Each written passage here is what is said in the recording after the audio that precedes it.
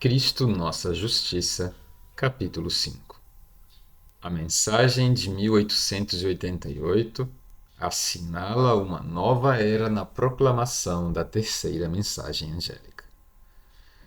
Cuidadoso estudo da instrução dada pelo Espírito de profecia leva à profunda convicção de que a vinda da mensagem de justificação pela fé na Assembleia de Minneapolis foi um sinal da providência de Deus, uma providência destinada a dar início a uma nova era na conclusão de sua obra. A declaração seguinte, escrita apenas 4 anos após a Assembleia de Minneapolis, em 1888, empresta respaldo para esta conclusão. O tempo de prova está exatamente diante de nós, pois o alto clamor do terceiro anjo já começou na revelação da justiça de Cristo, o Redentor que perdoa os pecados. Este é o princípio da luz do anjo, cuja glória há de encher a terra. Review and Herald, 22 de novembro de 1892. Quase de caráter alarmante são as declarações do parágrafo anterior. Tem imensa importância para o trabalho que os adventistas do sétimo dia estão levando a efeito e são, portanto, do maior interesse para todos que estão ligados à obra de proclamação da mensagem do terceiro anjo. Reconsideremos o parágrafo de um ponto de vista analítico. 1. O tempo de prova está bem próximo de nós. 2. O alto clamor do terceiro anjo já começou. 3.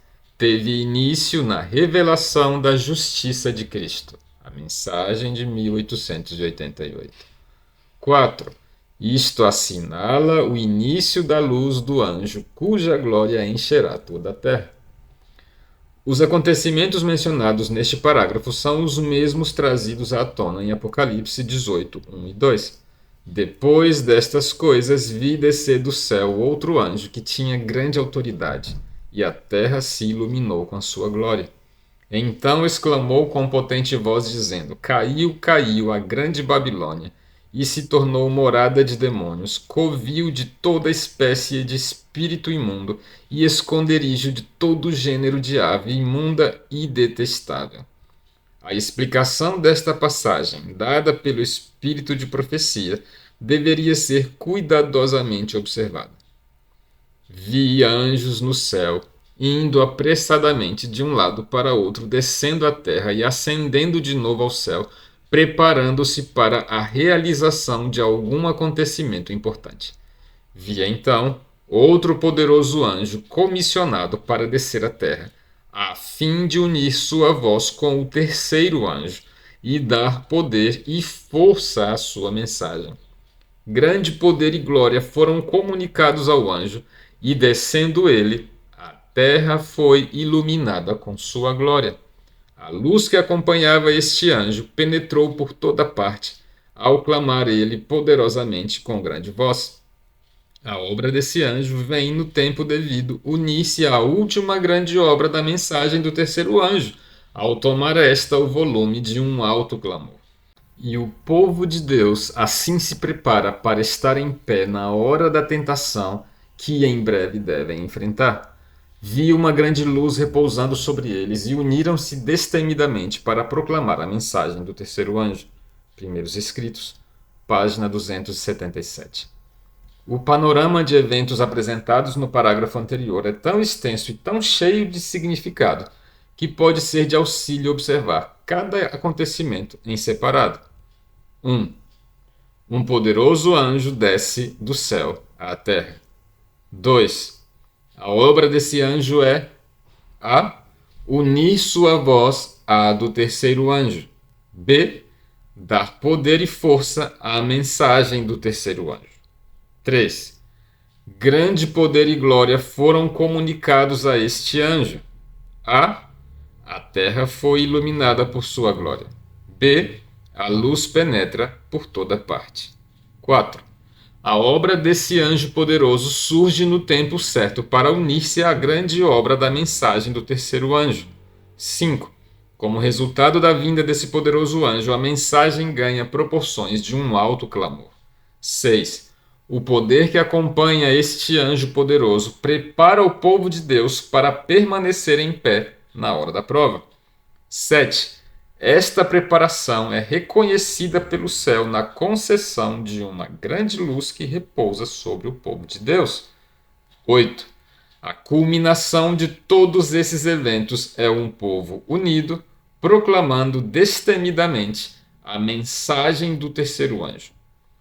Inseparavelmente ligado a este programa de grandes eventos está a ocorrência da chuva serôdia sobre a igreja remanescente.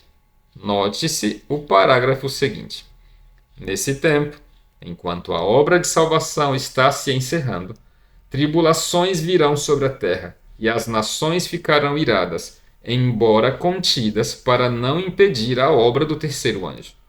Nesse tempo, a chuva serôdia, ou refrigério pela presença do Senhor, virá para dar poder à grande voz do terceiro anjo e preparar os santos para estarem de pé no período em que as 7 últimas pragas serão derramadas. Primeiros Escritos, páginas 85 e 86. Isto situa a manifestação da chuva serôdia com o alto clamor, a revelação da justiça de Cristo e o inundar da terra com a mensagem do terceiro anjo. Este é um programa de eventos verdadeiramente emocionantes. Foi esboçado pelo espírito de profecia no próprio início do movimento, e então, para despertar-nos e impressionar-nos com esse grave significado, uma mensagem por demais solene e impressionante com respeito aos mesmos acontecimentos nos foi dada, seguindo-se a memorável Assembleia de 1888. As seguintes e vitais declarações extraídas dessa mensagem dará ênfase ao assunto em consideração. 1. Um período de tempo agitado. Os dias em que vivemos são agitados e cheios de perigo. Os sinais da vinda do fim dos tempos se acumulam ao nosso redor e acontecimentos sobrevirão e serão de caráter muito terrível, mais do que quaisquer que o mundo já testemunhou. 2. Começa o autoclamor. O tempo de prova já está bem perto de nós, pois o autoclamor do terceiro anjo já começou na revelação da justiça de Cristo, o Redentor perdoador do pecado. Este é o princípio da luz daquele anjo cuja glória inundará a terra inteira. 3. A pregação essencial para permanecer de pé no tempo de angústia. Se quereis permanecer em pé durante o tempo de angústia, deveis conhecer a Cristo e apropriar-vos do dom de sua justiça, que ele imputa ao pecador arrependido. 4. A mensagem a ser pregada.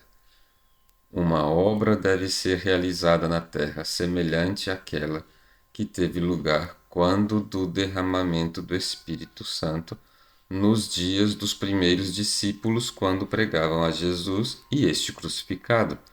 Muitos se converteram num dia, pois a mensagem avançará com poder.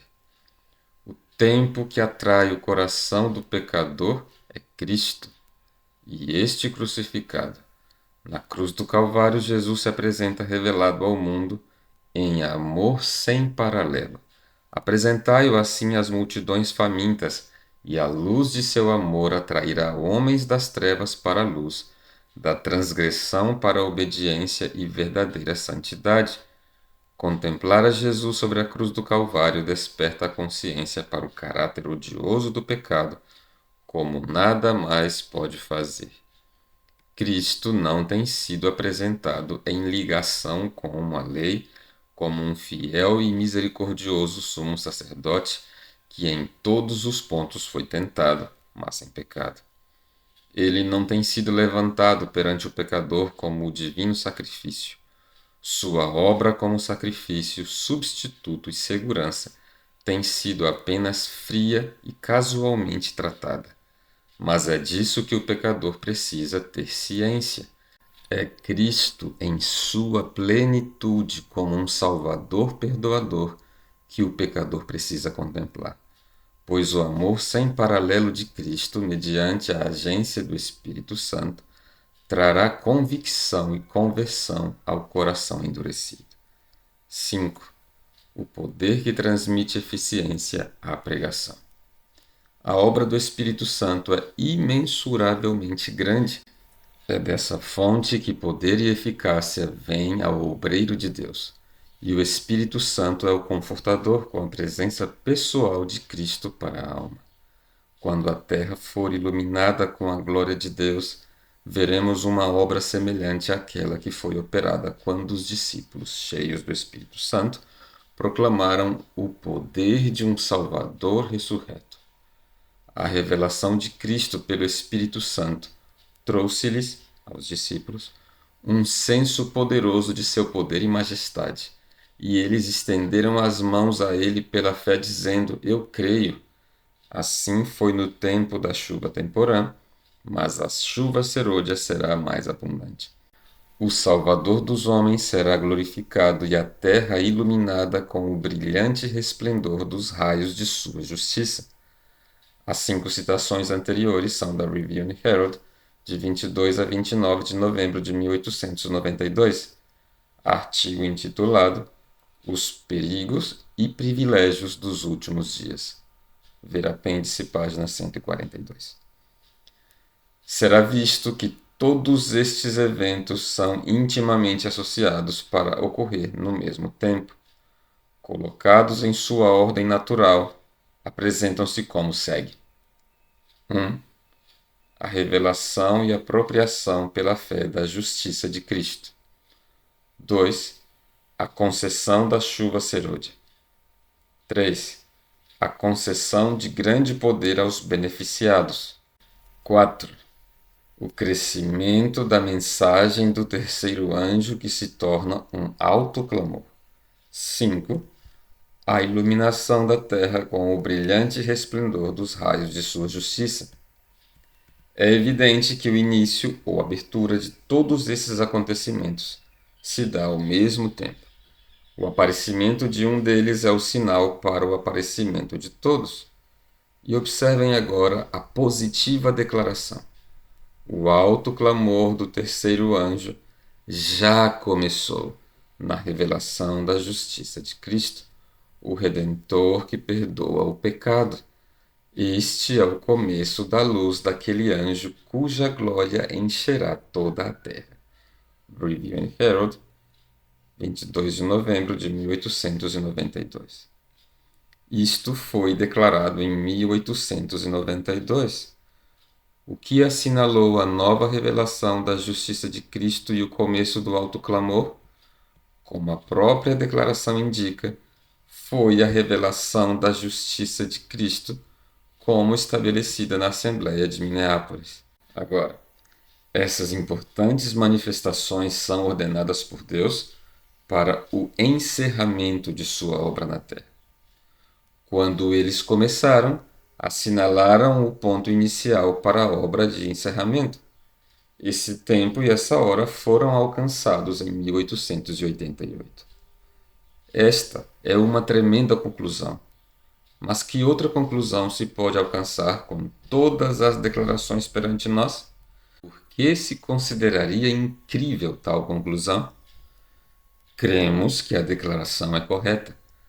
Temos buscado o seu cumprimento. Nossa espera pelo cumprimento tem sido longa e ansiosa. O cumprimento será testemunhado por alguém. Por que não o veremos e nele estaremos?